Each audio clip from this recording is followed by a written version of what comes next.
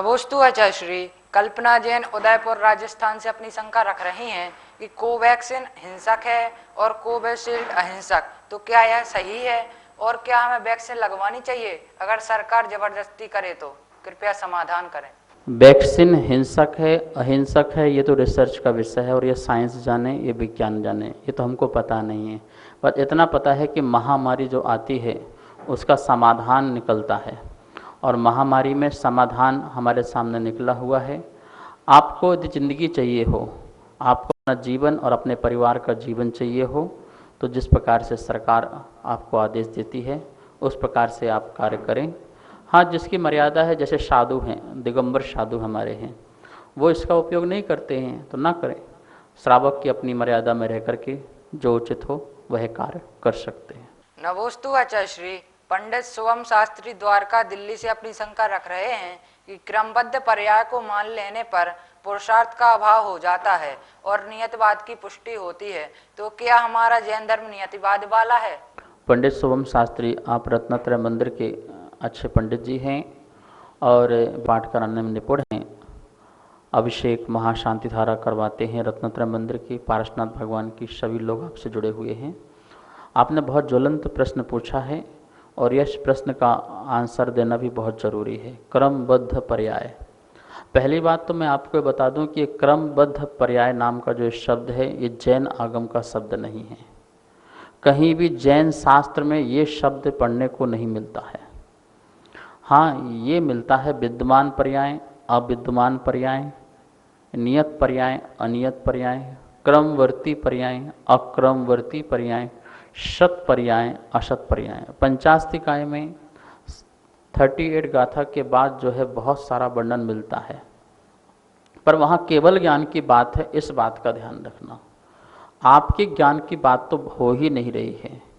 केवल ज्ञान की निर्मलता है कि वो भूत भविष्य और वर्तमान की तीनों पर्यायों को एक साथ युगपद एक समय में जान लेते हैं। वहाँ काल भेद नहीं है।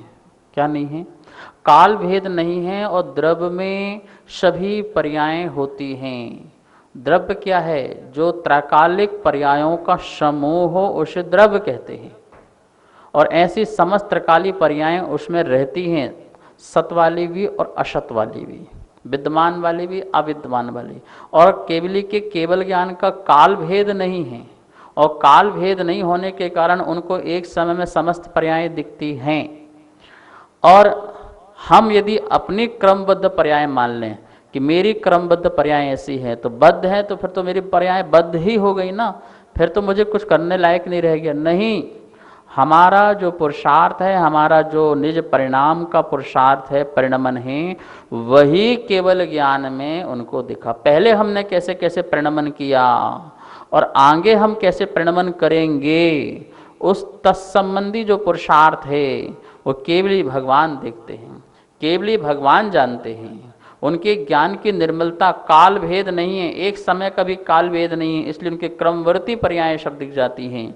लेकिन वो सारी की सारी पर्याय जो हैं हमारी क्रमवर्ती पर्याय नहीं है, ध्यान रखना। उनके ज्ञान में क्रमवर्ती है पर हमारा क्रमवर्ती नहीं है, हमारे क्रमबद्ध नहीं है। यदि बद्ध हो गई तो सब कुछ पुरुषार्थ ही हीन हो जाएगा। बिल्कुल ऐसा मत लगाइएगा, इसका गलत अर्थ मत लगाइएगा।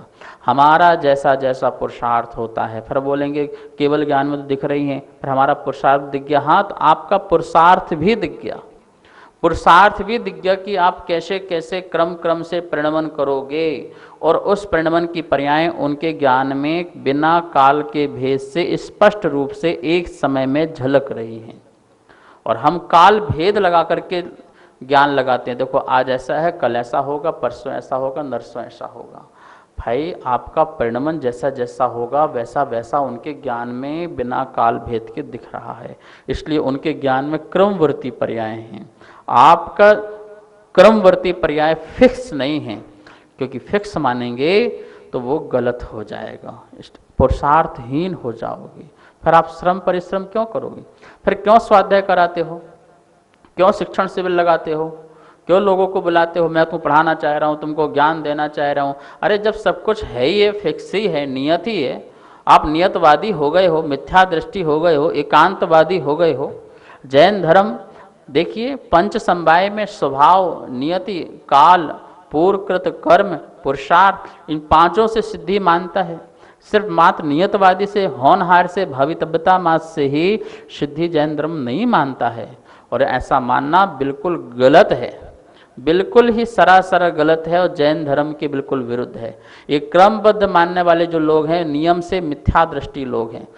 भगवान के केवल ज्ञान को क्रमबद्ध बोलो तो कहीं कोई बाधा नहीं है, क्योंकि उनके एक समय में अनंत पर्यायें भूत भविष्य की दिख रही हैं, काल भेद के बिना दिख रही हैं। कोई उनका द्रव्य क्षेत्र काल में कोई भेद नहीं होता है उनको एक साथ सब द्रव्य, सब पर्यायें एक साथ झलकती हैं। इतनी द्रव्य कोई भेद नहीं है, इतनी पर्यायें कोई भेद नहीं है, वो सब एक साथ झलकती हैं। जो हुई हैं, जो हैं, वो होंगी। पर आपका जो परिणमन होना है वो परिणमन उनके ज्ञान में दिखता है। और हम अपने परिणमन के, भगवान के ज्ञान में परिणमन हो रहा है इसलिए मेरा परिणमन हो रहा है, ये सरासर झूठ है। ऐसा नहीं है। हम जैसा जैसा पुरुषार्थ से परिणमन करेंगे वैसा वैसा, देखिए जैसे जैसे निमित्त मिलते हैं हम वैसा वैसा कार्य करते नहीं करते हैं। भगवान को देखते हैं तो विशुद्ध भाव हो जाते हैं, और यदि किसी व्यक्ति, गंदे व्यक्ति को देखते हैं, दुर्जन को देखते हैं तो दुष्ट भाव हो जाते हैं। ये सब क्या है? ये निमित्त का कितना प्रभाव है कि निमित्त कुछ करता नहीं है पर निमित्त के बिना कुछ होता भी नहीं है। जैसा निमित्त दिख जाता हम वैसे बह भी जाते हैं। तो इस प्रकार से अपनी क्रमबद्ध पर्याय मत मानना, ये जैन धर्म के बिल्कुल खिलाफ है और वो मिथ्या दृष्टि जीव लोग हैं जो ऐसा मानते हैं। नमोस्तु आचार्य श्री। किरण जैन छिंदवाड़ा मध्य प्रदेश से अपनी शंका रख रही हैं कि संयोग और अयोग केवली में क्या अंतर है? यहाँ संयोग और अयोग, सा योग, आ योग। सा मतलब सहित, आ मतलब रहित, योग सहित और योग रहित। 13वें गुण स्थानवर्ती को संयोग और 14वें गुण स्थानवर्ती को अयोग। यहाँ पर जो द्रव्य मन, द्रव्य वचन और द्रव्य काय, जो पौद्गलिक संरचना है उसको योग कहते हैं। वह योग की बात कह रहे हैं। और उस योग से सहित जो आत्मा है उसे संयोग केवली कहते हैं। और उस द्रव्य मन वचन काय पौद्गलिक के अभाव होने को अयोग केवली कहते हैं। बस यहीं पर ये लगाना है। आत्मा का योग अयोग की बात नहीं है।